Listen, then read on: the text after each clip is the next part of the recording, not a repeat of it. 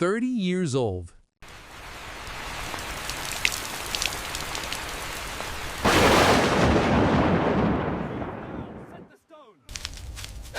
He built the foundation of a nation. He laid the tracks for Japan's future. But he never saw a single train run. This is a tragic, yet glorious story of the father of Japanese railways, Edmund Morel. Every day, millions ride the intricate web of railways that connects Japan. It runs with a precision the world admires. But what if I told you this entire system began with one single line? A line built against impossible odds, connecting Tokyo and Yokohama.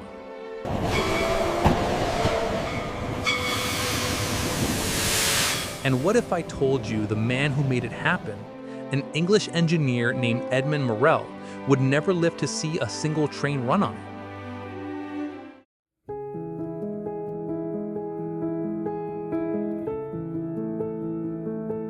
The year is 1868.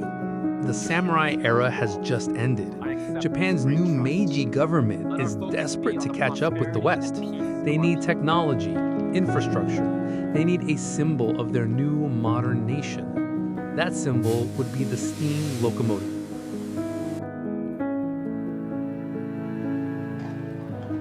But Japan had no railways, no engineers who knew how to build one. They turned to the West for help, hiring foreign experts known as Oyatoi Gaikokujin. And for the most important project of all, the railway, their eyes turned to Great Britain, the birthplace of railways. They chose a brilliant young civil engineer. His name was Edmund Morel.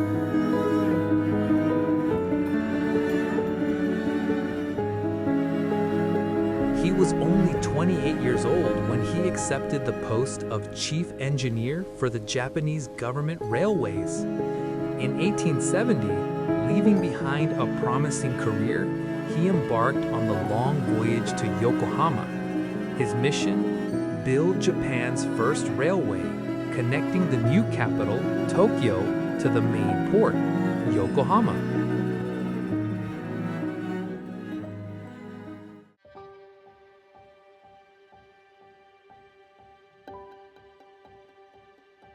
Morel's first challenge was the route itself. The section near Takanawa in Tokyo was a marshy wetland, seemingly impossible to build on. But the real obstacle wasn't the mud, it was politics.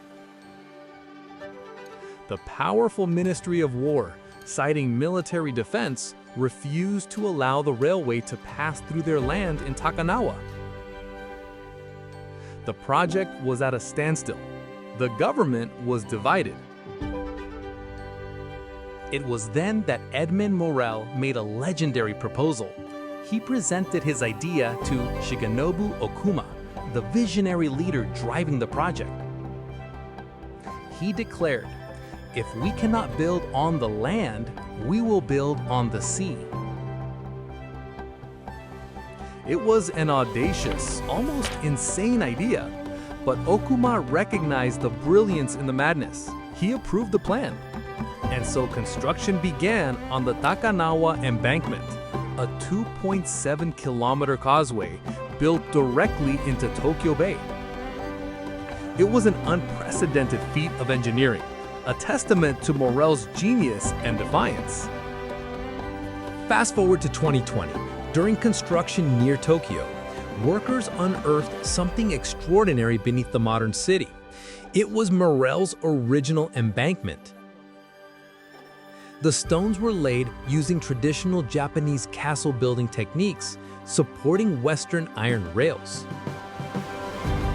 A perfect hybrid of East and West.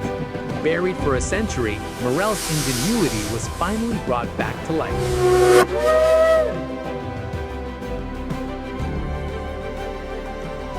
Morel's work wasn't limited to the railway line. His gaze extended to the city of Yokohama itself, which was transforming before his very eyes. Gas lamps lit the streets, Western architecture rose, and the port buzzed with activity. He was witnessing the birth of modern Japan. But this engineer, this man of logic and steel, had a softer side.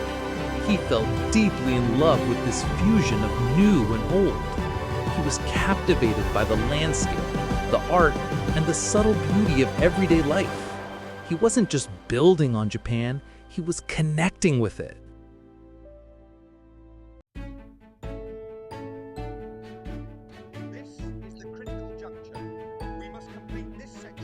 At that time, the Japanese government was hiring foreign experts separately for railways, lighthouses, and telegraphs.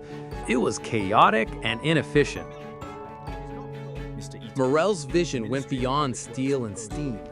He knew his most important legacy would be knowledge. He strongly advised the government not to rely on foreign experts forever. To streamline modernization, Morel proposed a centralized government body. His advice led to the establishment of the Ministry of Public Works in 1870. He insisted that Japan must train its own engineers to become independent. He took young, bright Japanese minds under his wing, like Inoue Masaru, who would later be known as the father of the Japanese railways. He didn't just give them instructions, he gave them his trust, his skills, and his passion. He was planting the seeds for a self-sufficient technological future.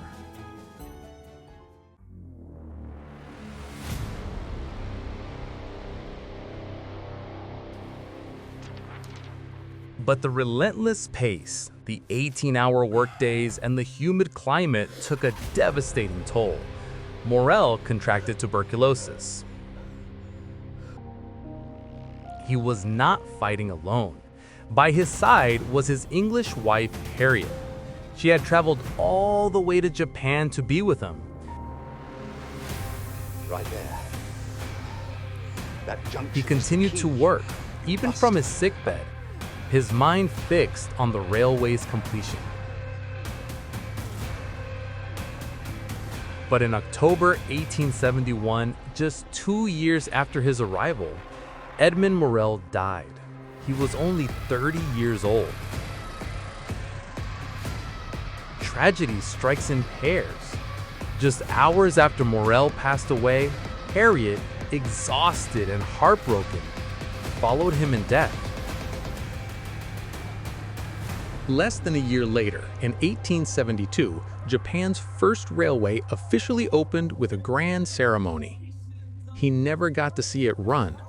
He never heard the roar of the crowd.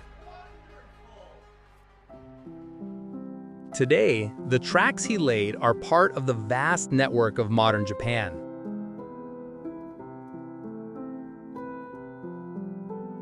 And at Sakuragicho Station, where the original Yokohama terminal stood, a monument quietly marks the birthplace of Japan's railways.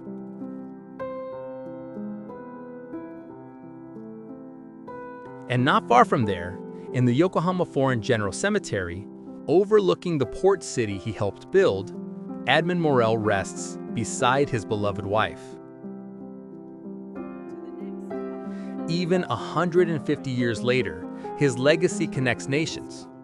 At the Japan-UK Railway Friendship 150th Anniversary reception, Morel was honored not just as an engineer, but as the father of this enduring bond.